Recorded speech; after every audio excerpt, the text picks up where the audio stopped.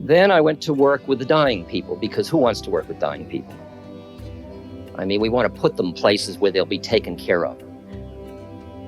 So I went to work with dying people, because that's getting to the first chakra where you really live.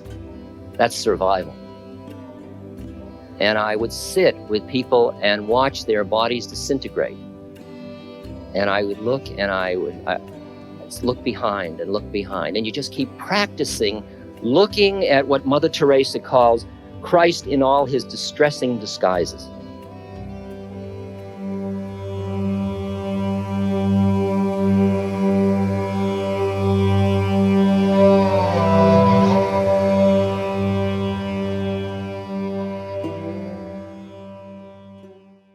Welcome, everyone, to another Ram Dass Here and Now episode. This is number 216, and our title today is From Psychedelics to Service. I'm your host, Jackie Dobrinska, and in this lecture, Ram Dass explores how his psychedelic awakening and his quest to always stay high and stay in that state really took him down this path. And it led him to the curriculum of being human and how to use service as a means to get free. He really lays it out with such gentleness and lightness.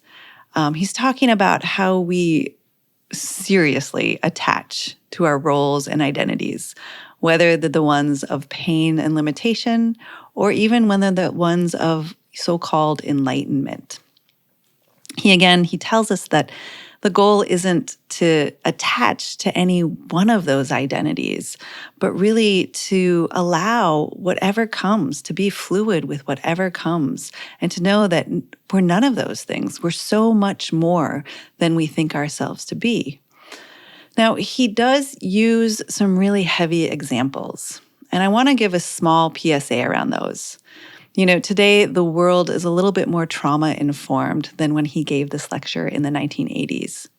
So for any of you out there who have experienced sexual trauma or abuse of any kind, please do not use his words to either bypass your experience or to heap any more shame, blame, or pain onto yourself.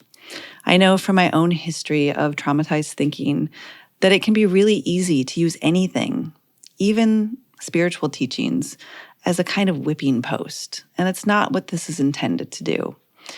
Instead, it's more like the Buddhist teachings that remind us that everything is workable. And even if I can never get to channel 5 where I can experience the oneness of everything, which he talks about in this lecture, if I only ever stay on channel 1 and 2 and have to continuously navigate through my own neuroses, still, everything is workable. We can create space around the habits of thought and the pain that binds us. Maybe this glue thins through meditation. Maybe it thins through trauma-informed therapy. Maybe, like it was for Ram Dass, maybe it's psychedelics. Or maybe, as he talks about in this lecture, it's arts and crafts. There's so many avenues that can lead us into a more expanded sense of self, where we're less identified with our habits of thoughts and the ways we know ourselves to be. And it's this both and approach, right? Like we have this expanded nature that can't be named, and we have this human curriculum. And we go back and forth between them. Earlier this month, we were at the Maui retreat in Maui, clearly. And Jack Kornfield was there, and he was talking about this dynamic nature that, like Ram Dass is talking about in this lecture, we can't stay high all the time. We can't stay expanded all the time. We can't constantly have an open heart. Everything it contracts and expands. The heart beats, the breath moves in and out. And so we will also expand into those parts of ourselves that are unnameable, and we will contract into the identities and the roles. And we move back and forth, and the fluidity is the key. So we always want to hear what you have to say. We want to unpack these lectures together. And so we create a space a week after each episode where you can come and share your ideas and thoughts. And the next one is January 3rd at 8 p.m. Eastern Standard Time. We did miss the last few because of the holidays and the retreat, but we would love to see you. So please come. You can sign up and get the invitation and Zoom links by going to ramdas.org/fellowship. Also, in this lecture, he refers to a book that he was a part of in 1966 when he was still Richard Alpert. It is called LSD, A Journey into the Asked, the Answered, and the Unknown. And it was with psychoanalyst Sidney Cohen. It was a classic book, and it really introduced the world into this, experience of LSD. So that book was out of print for 50 years. And just last month, it was reprinted in a commemorative edition. And you can find it at shop.ramdas.org or wherever you buy your books. And it really still is an important book in this sort of resurgence of the psychedelic movement. Which, there is the work that needs to be done between the experiences. And I think that's a really key and important piece. And this lecture talks about doing that work, doing the curriculum, being of service. So I hope you enjoy. And as always, whatever good may come from these teachings, may it benefit you in your daily lives, and may it ripple out into the world. We thank each of you for being here and for all the many, many people that helped make this possible. And it is a big team that works together to make all of the pieces happen so that you can have these great lectures from these archives. And each one of you also helped make this happen. So anyone who contributed this year to either Love, Serve, Remember Foundation or the Be Here Now Network, we're here today because of you. Maybe you joined a course and donated. Maybe you bought a book or a sweatshirt from our shop. Maybe you donated to our year-end fundraiser. But whichever way you contributed financially, it helps us be able to continue this mission, which is to spread the teachings of Ram Dass and Neem Karoli Baba. So if you haven't yet donated this year or joined something, or even if you have, please consider making a year-end donation. You can go to ramdas.org/donate, and we appreciate it. So with that, please enjoy this lecture. I look forward to seeing you on the 3rd and next year. Namaste and blessings. Those of you that know me, which is most of you, know that I only talk about myself, but that there's nothing personal in it. That it's just it's either a monumental ego or no ego. You could look at it either way. I think it because I just keep finding more and more that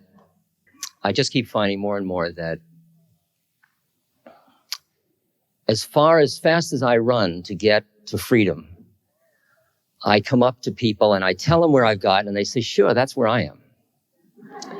And I realize now, I've realized it for years, but that thank God, I finally accept the fact that you don't expect me to be further out than you are. I have been working my butt off for years to be higher than you, and it's been driving me up the wall. And finally, I accept that I'm not. I'm just another one of us. I just say it good, all right? I say it well, right? So,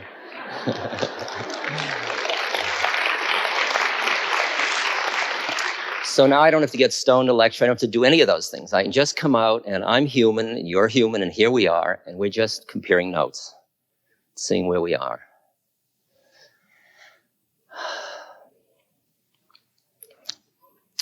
For those of you that haven't met me before, I'll just give you the briefest run-through from inside, the biography run from inside.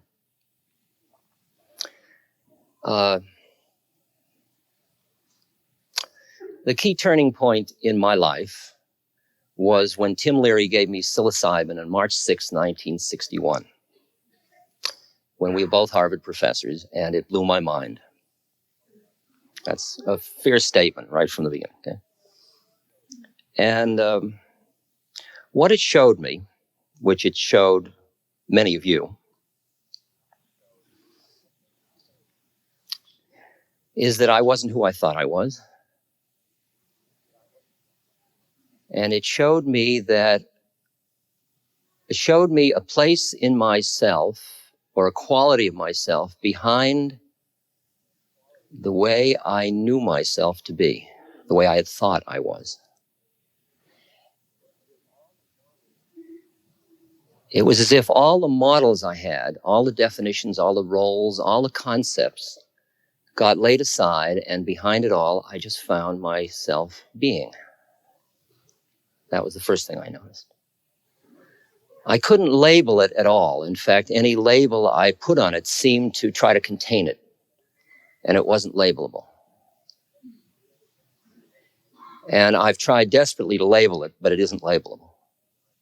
It's the unspoken, the unnameable quality of ourselves. The other thing I noticed was that, or another thing I noticed, was that when I was in that space, when I looked at forms in the universe, I was awed by the beauty and perfection of them and the preciousness of them. And I looked with wonder and awe at everything, from a blade of grass to an old rusty this or that, everything. I remember doing a book on LSD with Sidney Cohen in the 60s. He was the good guy and I was the bad guy. And we picked pictures for the book. It was put up by New American Libraries. And he picked all the pictures that showed druggies looking like, And I picked all the pictures of people looking at flowers and smiling and running in meadows and stuff.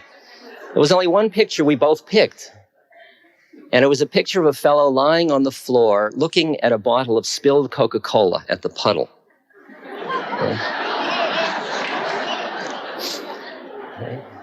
He obviously picked it to show that under drugs, you get so trivial, you'll look at spilled Coca-Cola. Those of you that know what's in that spilled Coca-Cola know why I picked it. Because I saw it's like a holography. Everything was in everything. There was just an incredible richness in it all.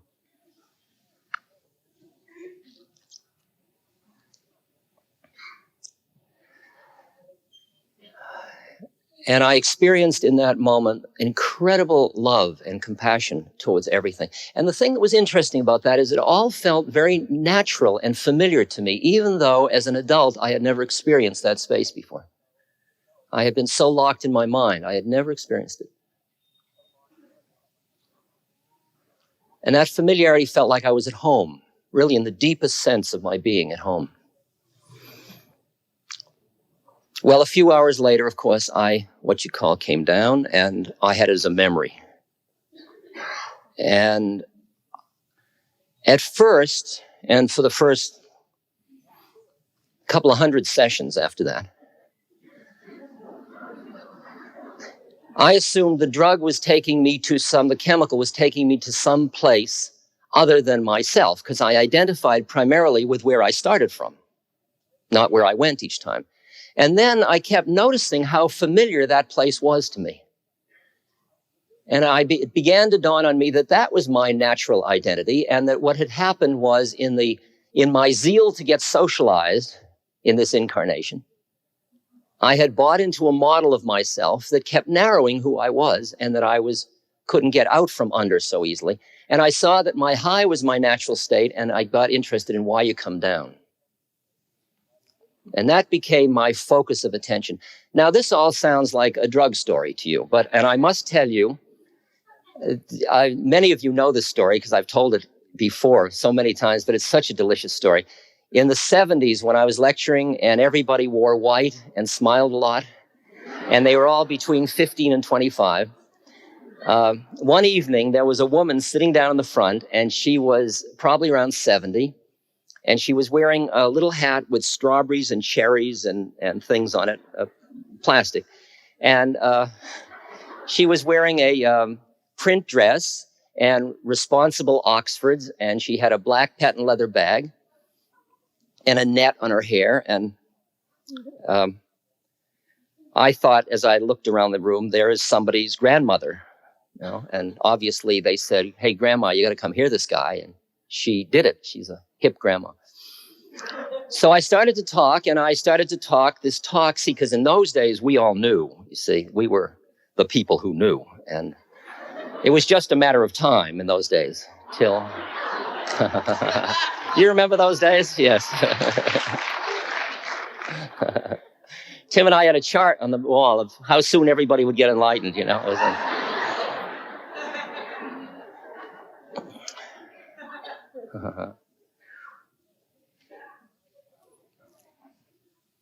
And I started to tell the kind of stories that all of us who knew. And I'd look over, and there would be this woman nodding. See? And I thought, how does she know? So I tell a little further out story. You know, I was on acid in Mexico in the ocean in the middle of the night, and I had this experience where the thread of life was cut, and she's going like this, see? So I figure, well, maybe she's got a neck problem. You know, I mean, that's the...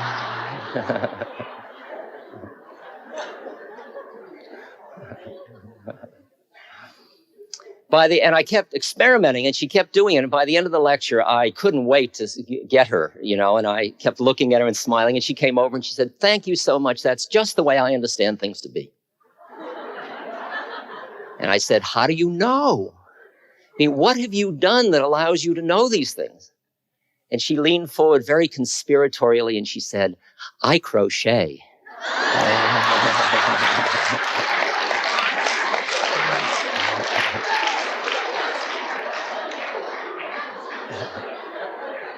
So you appreciate that while my route through happened to be chemicals, obviously, crocheting gets you to just the same place as do numerous other methods as we could sample in this audience.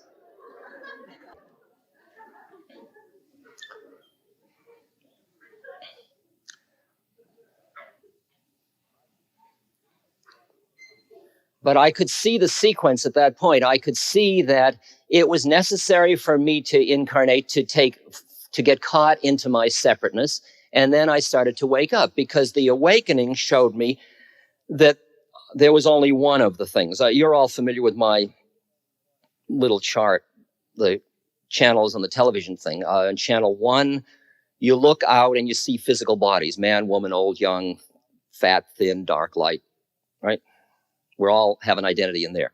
Then you flip to channel 2 and you look out and you see all psychology and social roles. You see manic depressives and hysterics and eager achievers and responsible people and irresponsible people and mothers and truck drivers and lawyers and judges and people, you know, and all the social, psychological stuff. That's channel 2. And most everybody lives on 1 and 2. That's it.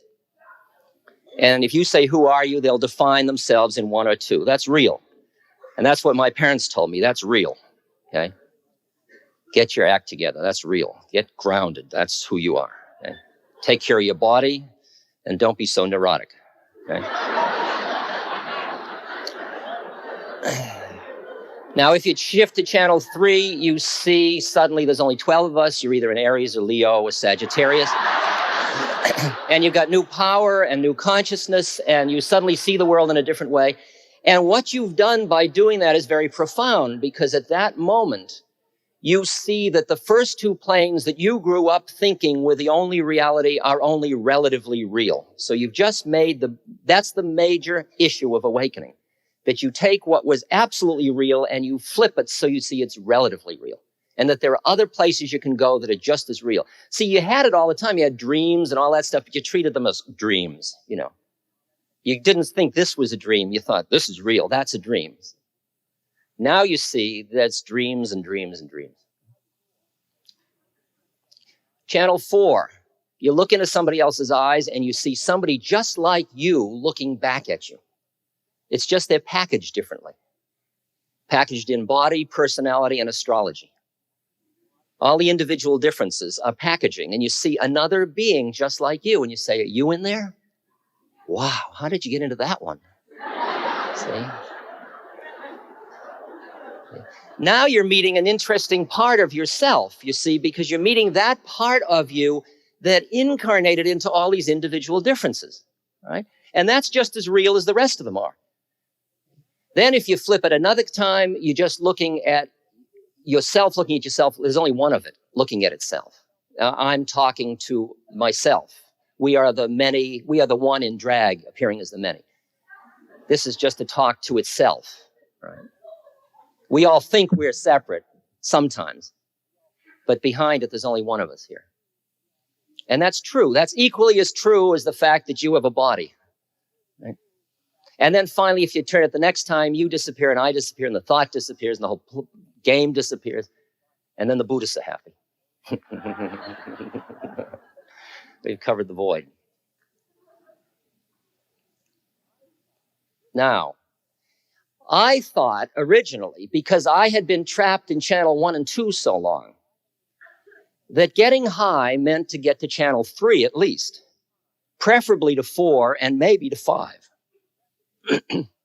Because 5 was the one where I was it.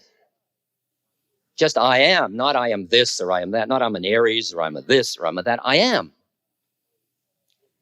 It's the real meaning of Shema Yisroel Adonai Eloheinu Adonai Echad. There's only one of it, and we're it. I used to think getting high was that. And in that model of getting high, I tend to put down the old familiar channels 1 and 2. Because they were kind of a drag. They were heavy and thick and suffery and yeah. Then I get out and wow, I'm here again. Oh boy, is it nice. And then the chemical would wear off.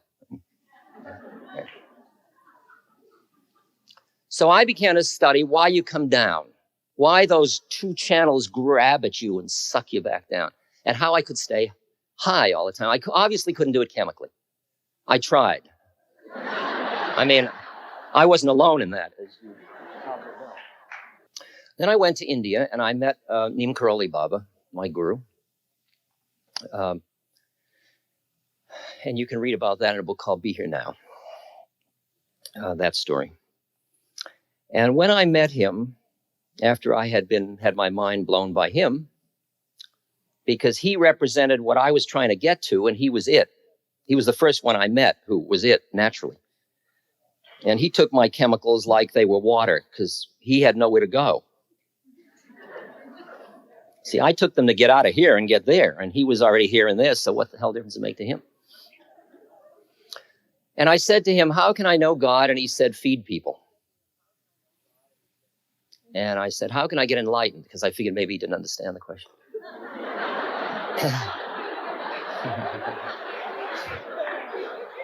And he said, serve people, because he said, serve people. And, you know, you don't go to India expecting Mickey Mouse answers like that. I mean, you go to the mysterious Orient and you climb the mountain. It's the foothills of the Himalayas, and you finally come to your guru and you sit at his feet.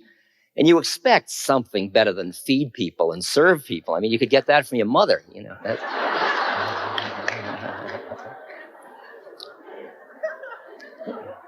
So I figured that was sort of the exoteric teaching. The esoteric teaching, I'd have to get some other way. I mean, he'd give it to me inside. And I decided really meditation was what the real macho seekers did. I mean, that's what the heavies do, you know, the heavies. So I meditated. Boy, I have meditated for years. I have meditated. And it's great. I mean, it's incredible. Because you see that what brings you down is the attachment you have to your own thoughts.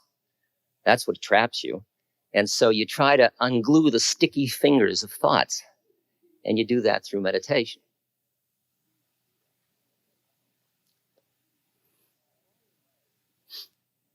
Now, along the way in this process, I met beings who tried to show me that I had a fallacious model. And I read lots of things that said that, but I didn't really really hear it. When I met Emmanuel is a dear friend of mine, who some of you know about. Emmanuel is, I'm amazed at how many people have prejudice. They say they don't, and you know them well, and they say, I don't have any prejudice. And I say, I have a friend of Emmanuel who says, I'd love to meet him. And you say, well, the thing about Emmanuel is he doesn't have a body. He's a spook. And you watch them, like, their faces change, you know. I mean, I could handle your friend if he was, you know, or she was, but no body, you know. You see where people's prejudices are. You really see, you know. But it doesn't matter. Emmanuel is great. He's got a great sense of humor, as I've said before. When I work with dying people, among other things, and when I said to him, Emmanuel, what do I tell people about dying? He said, tell them it's absolutely safe. That sneaks up on you. It's a good, really. He said, it's like taking off a tight shoe. Who wouldn't like a friend like that? At any rate, I said, Emmanuel, what should I be doing on Earth? What's my business? He said, Ram Dass, you're enrolled in a school. Why don't you try taking the curriculum? Why don't you try being human? You know, I'd never thought of that. It's far out. My whole plan was that you get enlightened by being divine. And my humanity was kind of an error that I keep under the rug. I mean, you don't bring out your human. Nobody wants your humanity. They want your divinity. All is one. We are truth. Light is. Not, God, I'm, you know, it's... They don't want all that, see? And it finally dawned on me that my incarnation wasn't an error. I mean, here I get high and I look out at the perfection of the universe and everything was perfect except my incarnation for some reason. It never dawned on me that my incarnation, including all the secret things that I wouldn't tell you, those are all perfect too. It's all lawful. It's all unfolding law. Because when you stand back far enough, you look and you see the law in everything. You see the way karma works. You see the perfection of the unfolding of everything. You see that not a blade of grass is bent, that it doesn't affect everything in the universe. You can feel that interrelationship of all things. But somehow, although it was all perfect and the form was the other side of the formless, when it came to me, I felt that I had to get rid of this to be that. You may never have gotten sucked into that one, but I certainly did. All right? And I finally came to the realization of what it meant when they said there is nowhere to stand. To be free, there is nowhere to stand. If you are standing up on a higher plane to look down at the lower planes, you're still standing somewhere. And if you're standing somewhere, it is something that is going to change, because somewhere is form and it's in time and all things change. All forms change. So there's fear in it. Even if you're a god of the wind or the gods or goddesses, it's all just in time. Big time, but time.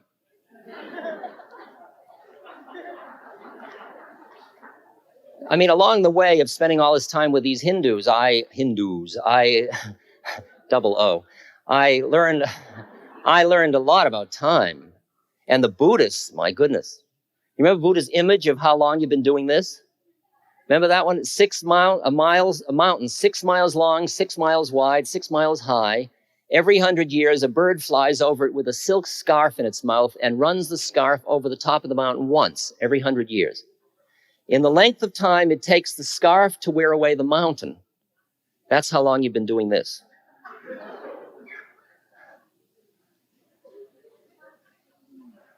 Huh. So what did you do that life? See, each life is like,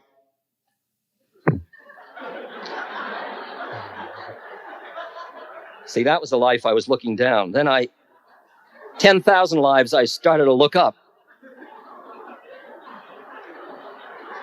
It's all like these still frames of this movie. It's just great image. And there's no rush, you see, because if you don't finish this time, what difference? I mean, you got infinite numbers ahead of you. I said to Emmanuel, but what about the bomb? He says, don't be silly. School won't be out so soon.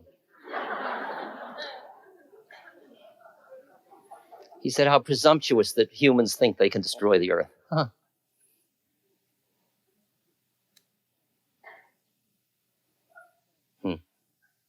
What I sensed through all that, was that standing nowhere meant that higher wasn't higher than lower. It was just that you use the higher in order to get free of the lower, and then you had to get free of the higher, so that you were neither in the higher or lower, and you were in all places all at once. So that when you and I meet, we are in our bodies, we are in our personalities, we are in our astrology, we are in our souls, we are in God, and we aren't. And it's all equally true. Okay, equally true, equally true. And that's what free is. And those are just phony categories anyway, more of the mind. And that a big chunk of us is that last channel, which is the formless, which exists quite outside of the form. And even saying outside is form. So you got to realize language stops at this point. That a lot of us is formless. Emmanuel said to me at one point, he said, you guys have a choice of whether you want to be the victim or the creator. Could have said it nicer and said you have the choice of whether you want to be the creator or the created. Because there is a part of each of us that is behind the part that incarnated, that was privy to and in fact instrumental in choosing which way we took this trip this time. Well, I cleaned up all those things. Let's see. I think next time I'll be born in Marin. That'll be good. That'll work out that karma. And let's see. Yeah. Wow. Yeah, that would clean that one up. Okay, my parents will get divorced when I'm 3. That'll create trauma. Let's see. And then I think I should get raped at 11. That would be excellent for that problem. And I get run over at 16. That would wipe out that time, 50,000 lives back when I did. Perfect. So you look around and you run through until you find some parents that need you, like you need them.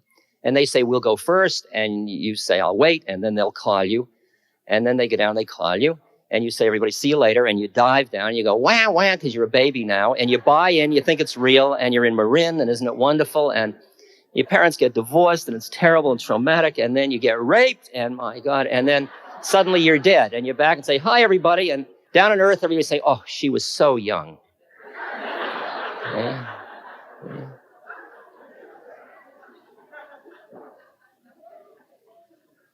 It depends on where you're looking at it from. I mean, if you got to stay in 4th grade the whole year, isn't any better than getting out after 2 months. Huh. That's why working with dying people is so interesting, because they all take it so seriously. Dying is the biggest drama going. Everybody gets caught in it. I mean, that's why we're here. We're caught in our separate entities. We really think we're losing something. That's why the Hindus are fun. They call it dropping the body. See, somebody drops the body. Who are you? I dropped my body. I am about to drop my body.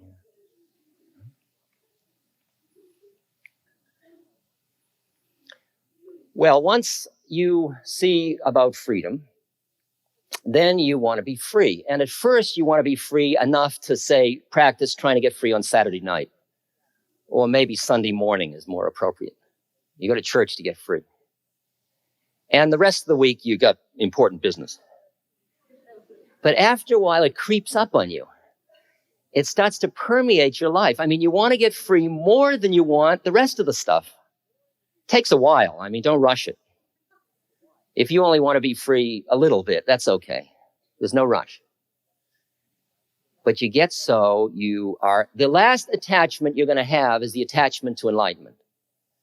That one has to go too, but hold on to it for a while till you get rid of the other ones. Use that one to get rid of them and then throw that one away.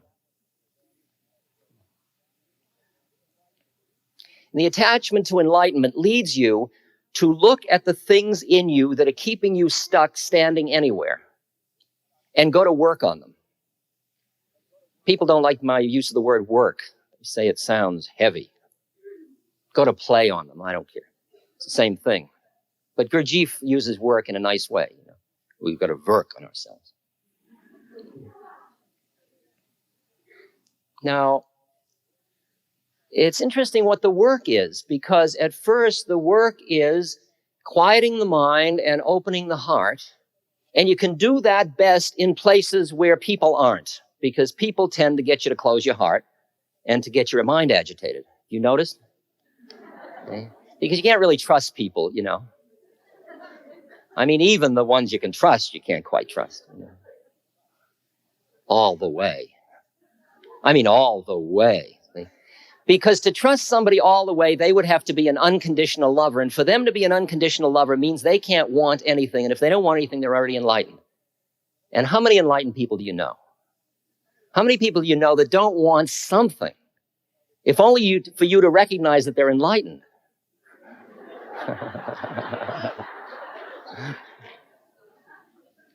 Let alone a Rolls Royce. That's mean. You shouldn't hit somebody when they're down.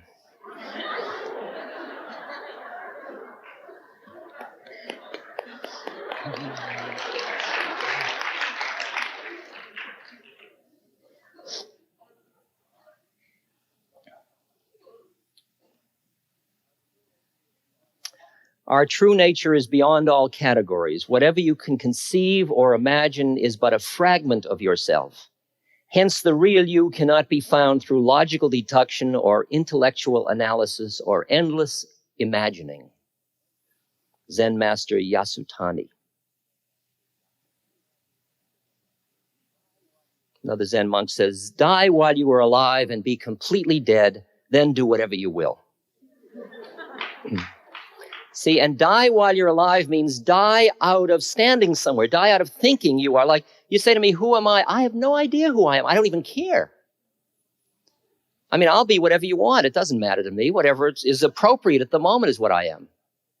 What'll I be tomorrow? I don't know. Remember that wonderful story about the rabbi who left every day to go across in Poland, I think, left every day to go across the town square to the synagogue? And he came out, he'd been doing it for 20 years, and he came out, and the Cossack was riding through on his horse, and he says, good morning, Rabbi, where are you going? And the rabbi says, I don't know. And the Cossack thought he was impertinent, because everybody knew the rabbi went to the synagogue. So the Cossack arrested him and took him to jail. And the wife came down, and she said to the rabbi, what did you say to him? He said, I told him I didn't know where I was going. She says, but you were going to the synagogue. He says, I didn't know I was going to end up in prison.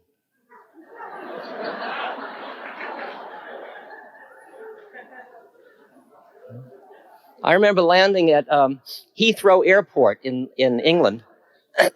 About a few years back, I was attending the World Humanities Conference, which had members of Parliament, and it had Ruth Carter Stapleton and all kinds of impressive people. And I was on the program, and I was being met by dignitaries and all, except that I didn't get through customs. I mean, I wasn't carrying anything except that I was on a list that I was not conducive to the well-being of the United Kingdom, mainly because of my affiliation with Timothy Leary. So I was detained, and then I was thrown out of the country. And so I had planned to arrive and be welcomed and taken to a hotel. And then I found myself sitting in this green room with guys guarding the doors, and I was sitting there with Pakistanis and Africans, South Africans, and all these people who were being also not conducive to the well-being of the United Kingdom. And we were a great group, and we spent the day together. We had a wonderful day, you know.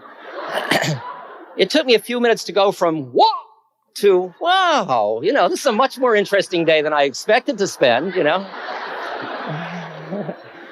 So it's always a question of how long it takes you to let go, you know. How long does it take you to let go? You're healthy, and then, sorry to tell you, but you have, bloop. Oh! Wow. Ooh, yeah.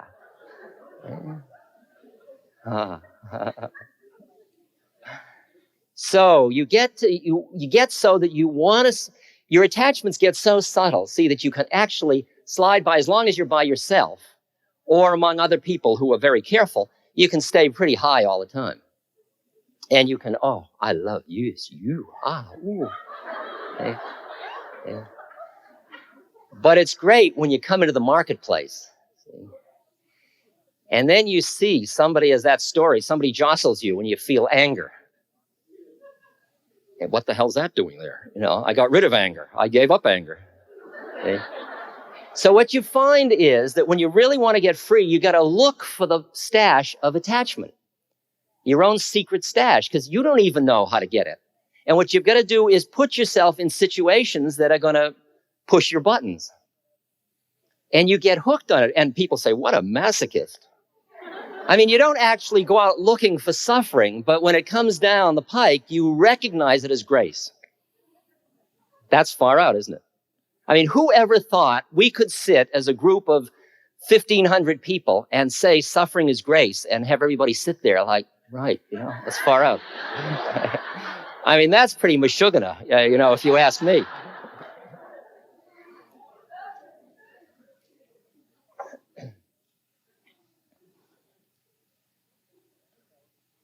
So you get so that you look for those things that are going to grab you, and you're drawn towards them. And a lot of things that society just wants to make believe aren't there, you suddenly realize that you want to make believe they're not there too. And so you turn and look at them and you consume them into yourself. You just work with them until all that attachment of revulsion or attraction disappears. You have to work with your attractions as well as your aversions. Many of you are good at working with your attractions. You get a little weak on the aversion side. I'm working through my sexual problems, just greater frequency and I'll be done in about 30 years.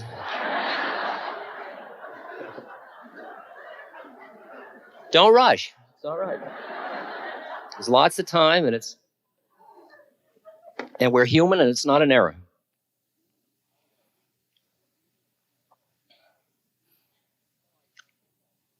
So I found myself a few years back starting to go back into relationships. That's the stuff that I psychologically decided I didn't need. Now I realized I did need it. I worked with it.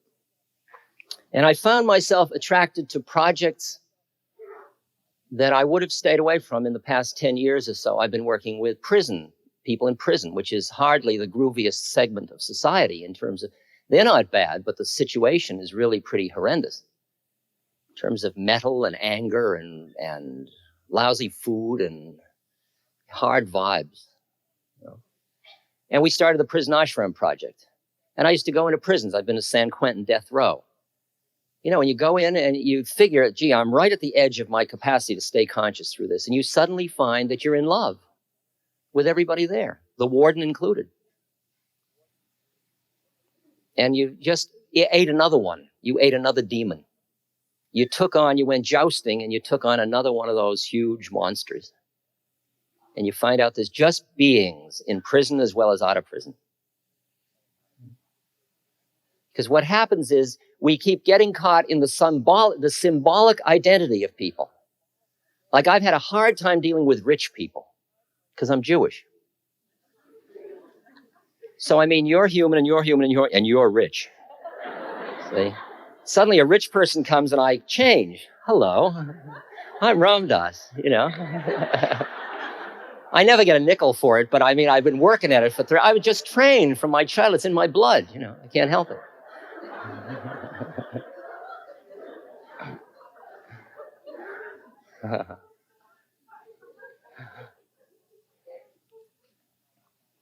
And the Prison Project, by the way, which was putting out Inside Out, is now putting out a new book that Bo Losov did, which is called We're All Doing Time. And it's given away free to anybody in prison. And the Prison Project says, since you got to do time, use the time to get free of time. How to get high in prison, how to get high on lousy food and stuff like that. Then I went to work with the dying people, because who wants to work with dying people?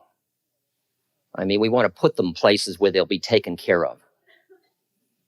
So I went to work with dying people, because that's getting to the first chakra where you really live. That's survival. And I would sit with people and watch their bodies disintegrate. And I would look and I would look behind and look behind. And you just keep practicing looking at what Mother Teresa calls Christ in all his distressing disguises. Remember that? For I was hungry and you gave me food. I was thirsty and you gave me drink. I was a stranger and you welcomed me. I was naked and you clothed me. I was sick and you visited me. I was in prison and you came to me. Truly, I say to you, as you did it to one of the least of these, my brethren, you did it to me.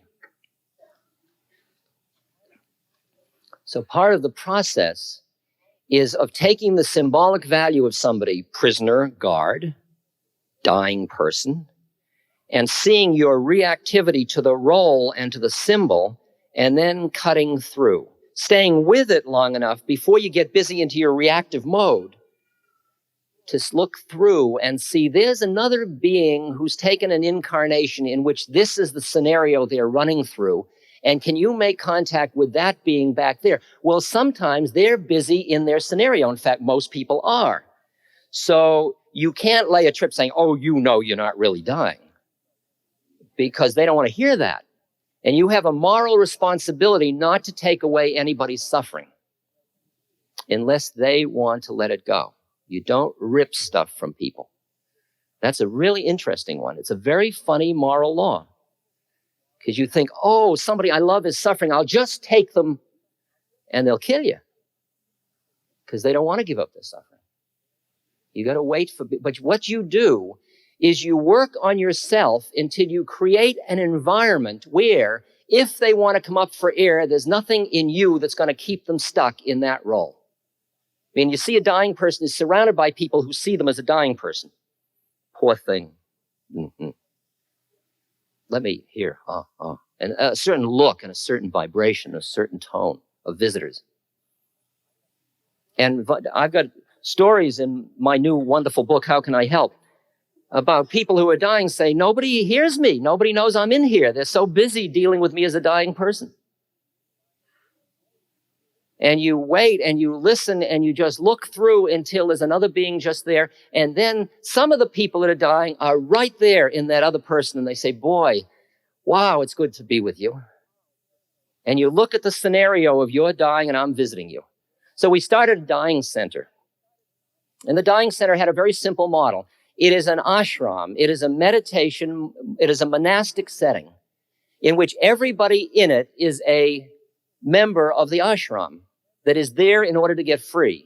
That's all. There's only one category of people. It just happens that some of the people that are in there are also dying, and some of the people that are in there are also people who take care of people dying. But the first rule of the game is everybody's in there to get free. That's a great leveler. And it puts the whole business of dying into a different perspective. That's why we call it the dying center. Couldn't you find a better name? The living dying center. Got lots of euphemisms. This podcast is brought to you by the Love Serve Remember Foundation and ramdas.org. We appreciate you listening, and we appreciate all the support that you've given us. Please continue that support and donate at ramdas.org. We can then continue to share what Ram Dass has been sharing for all of these years. Thank you.